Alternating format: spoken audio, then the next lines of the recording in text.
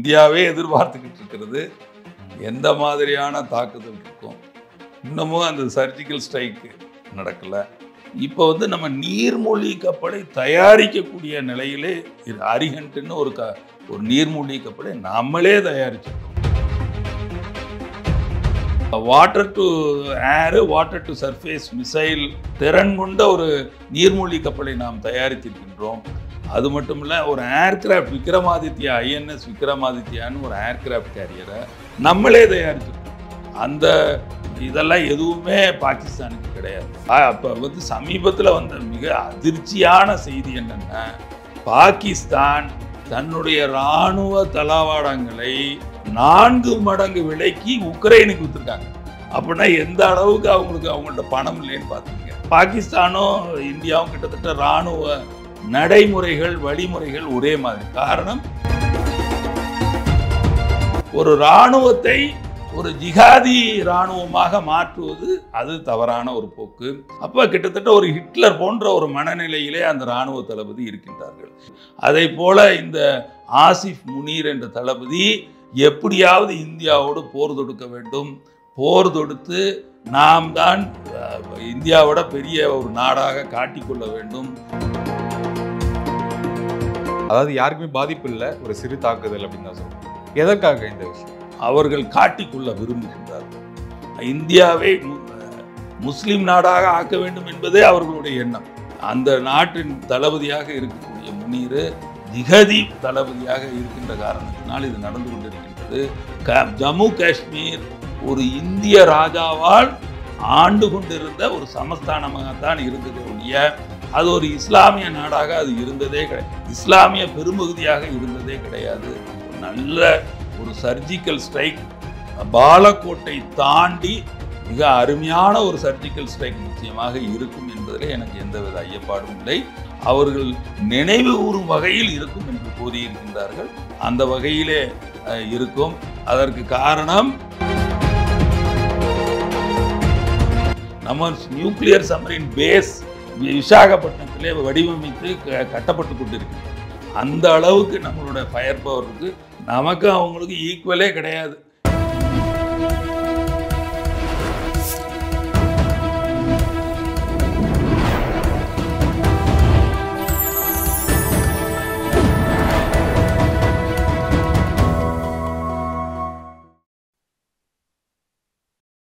Channel 5 தமிழர்களுக்கு வணக்கம்.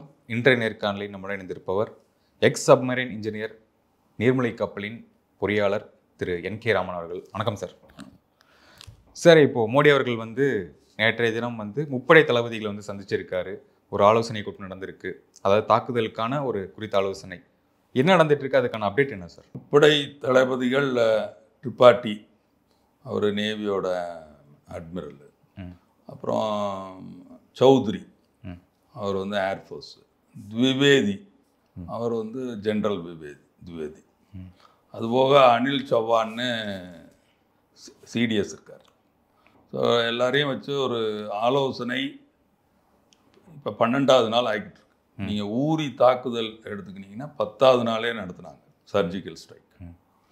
அது அலாங் தி NOCA முடிச்சிட்டாங்க. புல்வாமாவுக்கு பாலக்கோட்டில் 293 பேர் அங்கே டெரரிஸ்ட் ட்ரைனிங் கேம்ப்.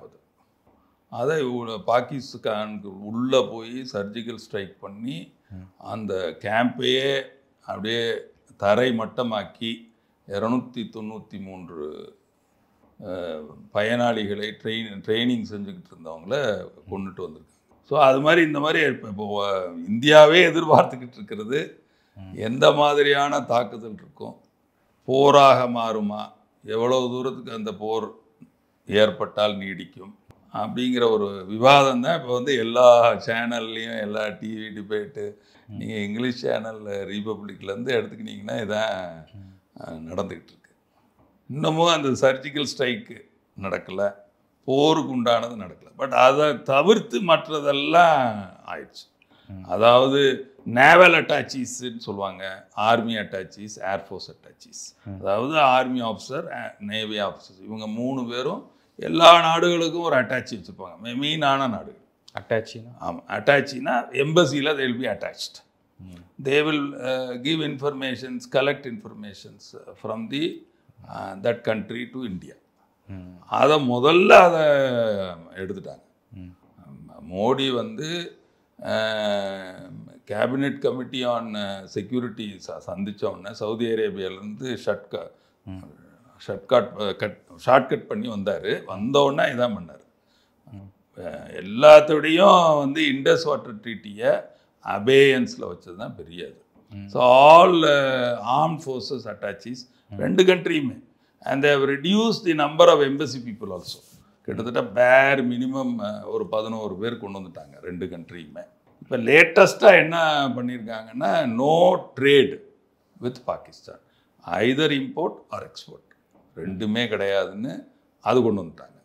அதுக்கப்புறம் no ships or aeroplanes, air வழியாகவோ எந்த வித பரிமாற்றம், எந்த டிரான்ஸ்போர்ட் ஷிப்பிங் கூட வர முடியாது. பாகிஸ்தான் ஃப்ளாக், இப்போ நீங்கள் கடல் வழி வாணிபம் எடுத்துக்கிட்டிங்கன்னா எல்லாத்துக்குமே ஒரு ஃப்ளாக்னு ஒன்று இருக்கும். நிறைய கப்பல் பார்த்தீங்கன்னா பனாமா ஃப்ளாக்னு இருக்கும். மற்ற கண்ட்ரீஸ்லாம் ஏன்னா ஸ்ட்ரிஞ்சன்ட் ரூல்ஸ் இருக்குது. பாகிஸ்தான் ஃப்ளாக் இருக்கிற எந்த கப்பல் எந்த பொருளாக இருந்தாலும் இந்தியாவுடைய போர்ட்டுக்குள்ளே நுழைய முடியாது அந்த அளவுக்கு. அதை லேட்டஸ்ட்டாக இப்போ 2 days before even postal service கூட கிடையாது. No postal service, no parcel service. அது கூட இப்போ வந்து 2 நாள் முன்னாடி நிப்பாட்டிட்டாங்க. அதெல்லாம் இப்போ ஸ்லோவாக எஸ்கலேட் பண்ணிக்கிட்டு இருக்காங்க. ஏன்னா அந்த 26 பேர் கொன்ற விதம், அவர்கள் யார் என்று தெரிந்த பிறகு கொன்ற விதம், ஆண்களை மட்டும் கொன்ற விதம், அதனால் அது ஜீரணிக்க முடியல. இந்தியானால இவ்வளோ பெரிய கண்ட்ரி, அவங்களோட எக்கனாமிக் இதில் பார்த்திங்கன்னா 10 மடங்கு நம்ம பெருசு. அவங்க வெறும் $376 பில்லியன் தான் அவங்களோட economy, GDP, gross domestic product. நம்ம ஜிடிபி நீங்கள் அவங்களோட 10 மடங்கு, $3.89 ட்ரில்லியன். அதனால தான் சமீபத்தில் மதிப்பிற்கும் மரியாதைக்கும் உரிய மோடி அவர்கள் அவர் எக்கானமி வில் பிகம் $5 ட்ரில்லியன் சொல்லியிருக்காங்க. அதற்கு முகாந்திரமாக ஏப்ரல் மாதத்தோட ஜிஎஸ்டி கலெக்ஷன் 2.36 lakh crores. நம்மளோட இந்தியாவோட பட்ஜெட் வந்து 50 லட்சம் கோடி, 50 lakh crores. அதில் இன்டைரக்ட் டாக்ஸஸ் தான் GST, goods and services tax வந்து 2. முதல்ல இது வந்து 2017 ஆரம்பித்தப்போ வெறும் 60,000 கோடி தான்.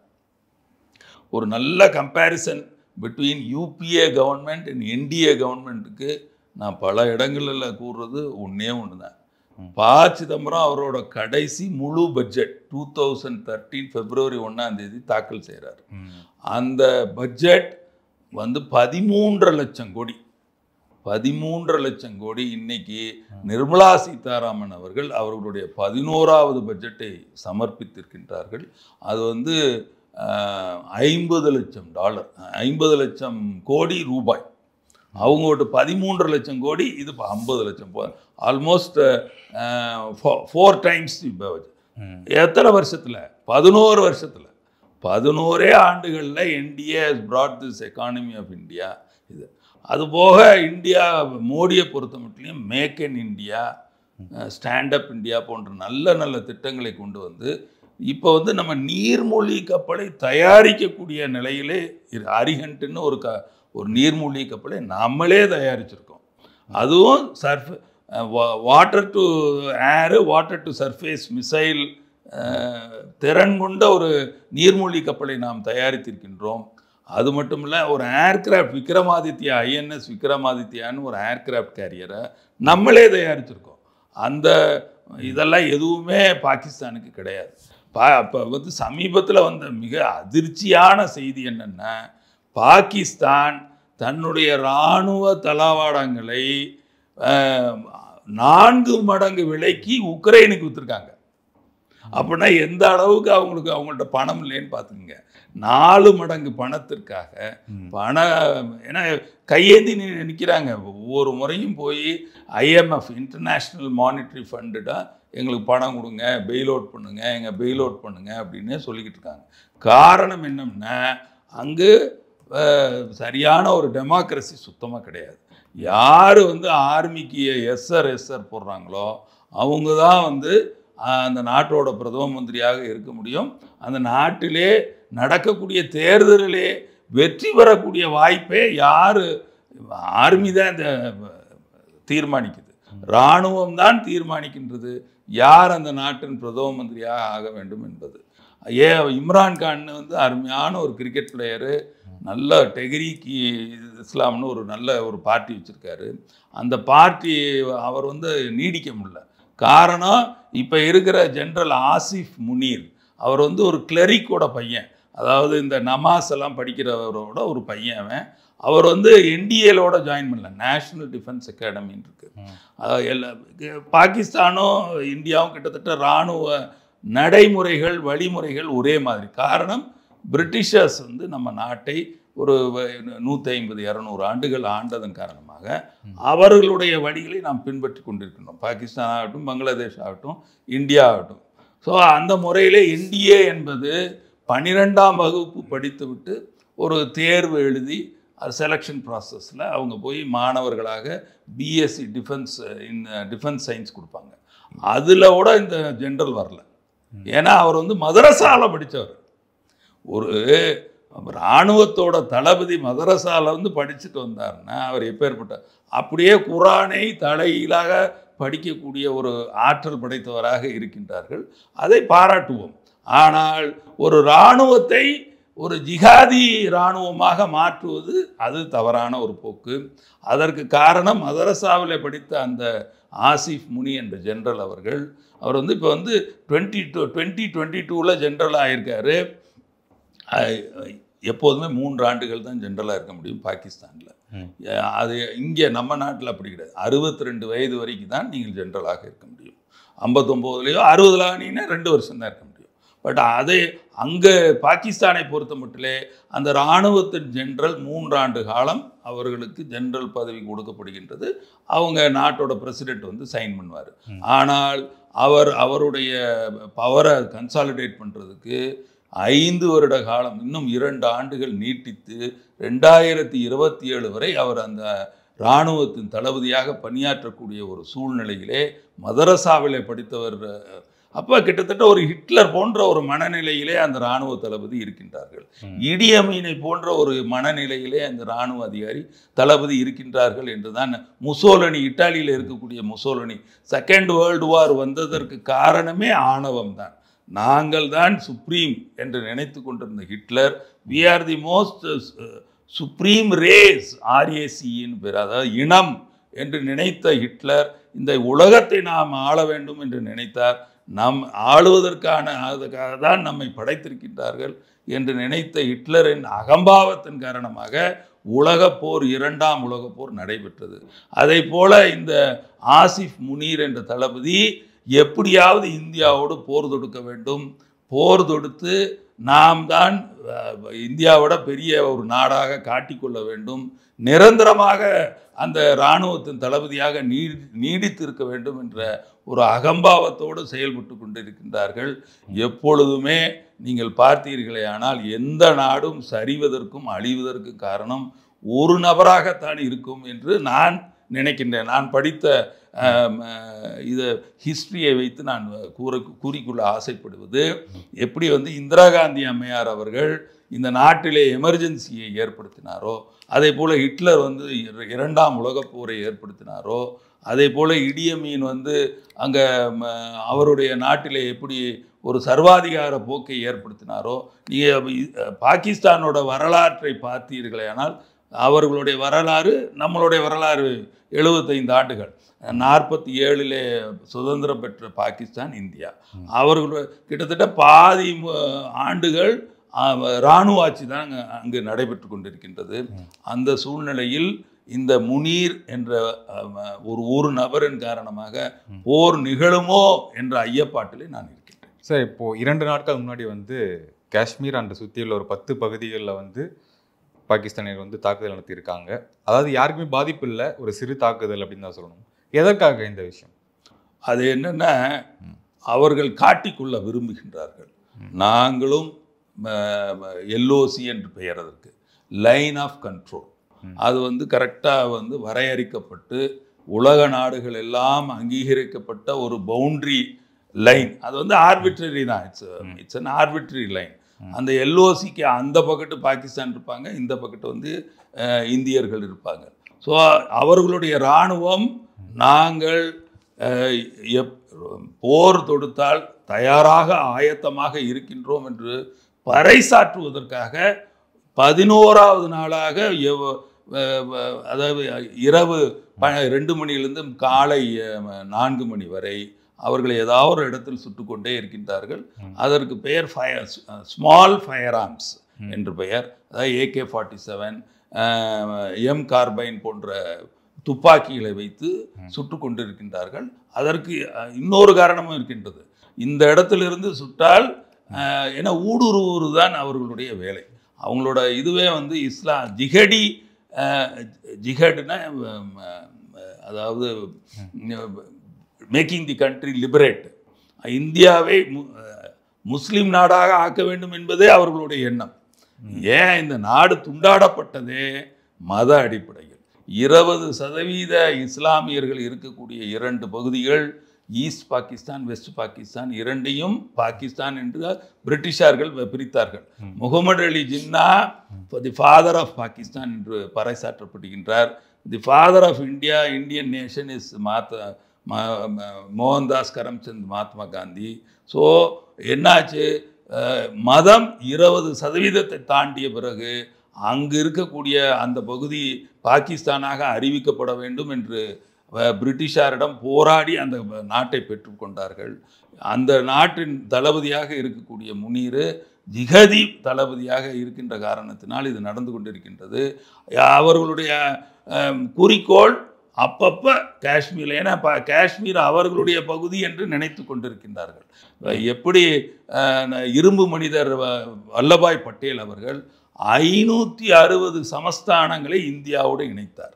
அதையெல்லாம் இணைப்பதிலே அவர் எந்தவித கஷ்டமும் படல. ஆனால் 2 சமஸ்தானங்களை இந்தியாவோடு இணைப்பதற்கு மிகவும் சிரமப்பட்டார் நமது இரும்பு மனிதர் வல்லபாய் பட்டேல் அவர்கள்.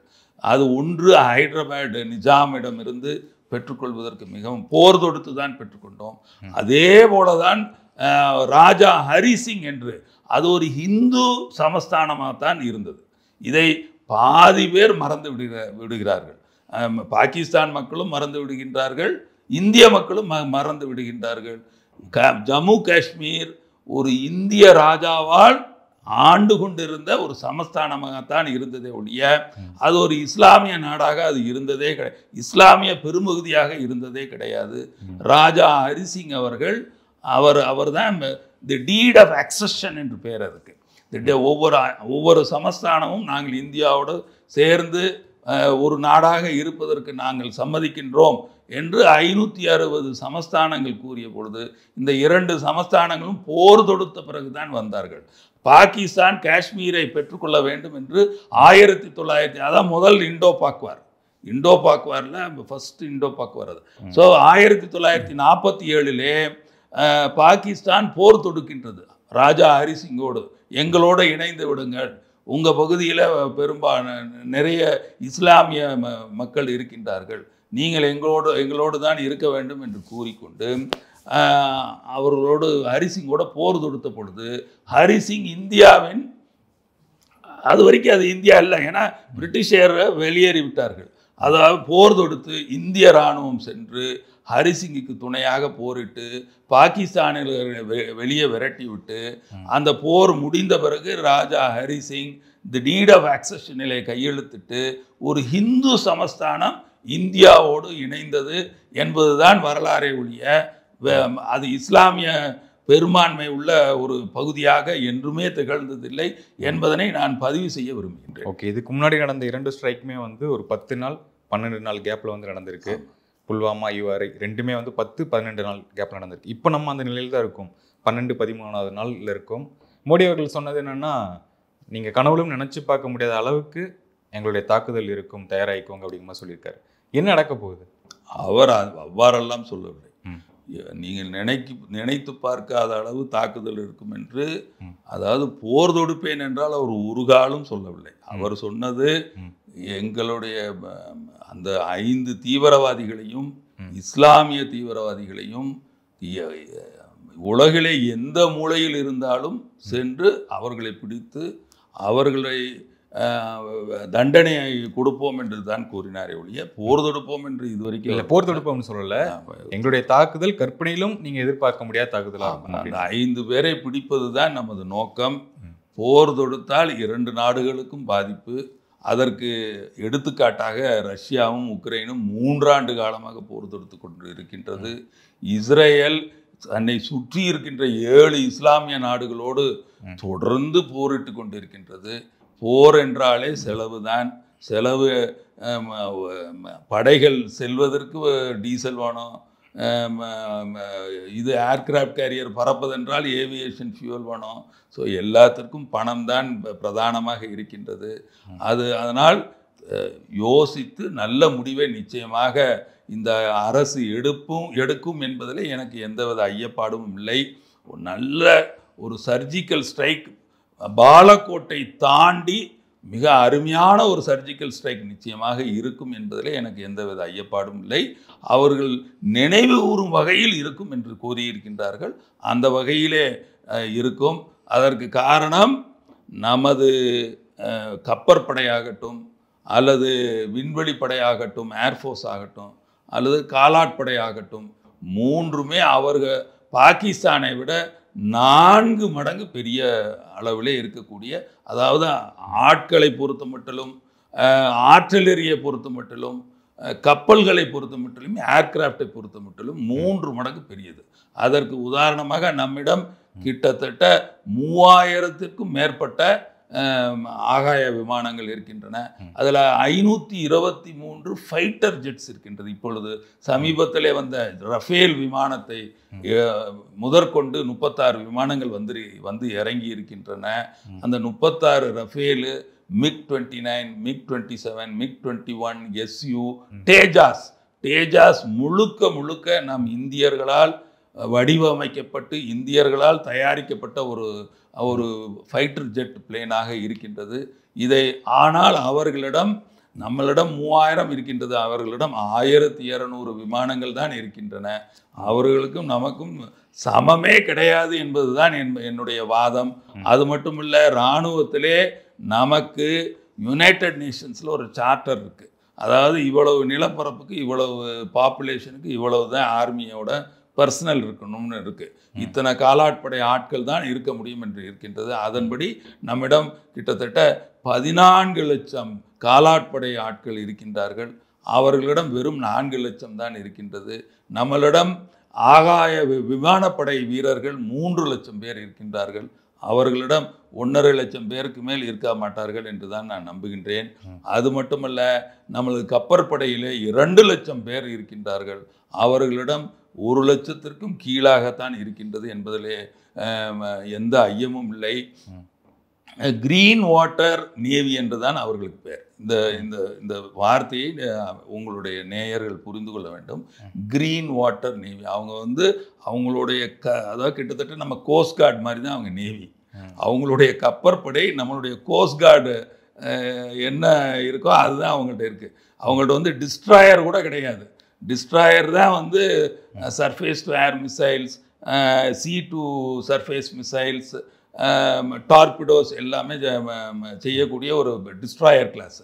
அது கூட அவங்கள்ட்ட ஒன்று கூட கிடையாது. ஒரு ஏர்கிராஃப்ட் கேரியர் கூட அவங்கள்ட்ட கிடையாது. ஒரு ஏர்கிராஃப்ட் கேரியர் கூட கிடையாது. நியூக்ளியர் சப்மரைன்ஸ் ஒன்று கூட கிடையாது நம்மள்ட்ட இருக்குது. நம்ம நியூக்ளியர் சப்மரைன் பேஸ் விசாகப்பட்டினத்திலே வடிவமைத்து கட்டப்பட்டு கொண்டு இருக்கின்றது. அந்த அளவுக்கு நம்மளோட ஃபயர் பவர் இருக்குது. நமக்கு அவங்களுக்கு ஈக்குவலே கிடையாது.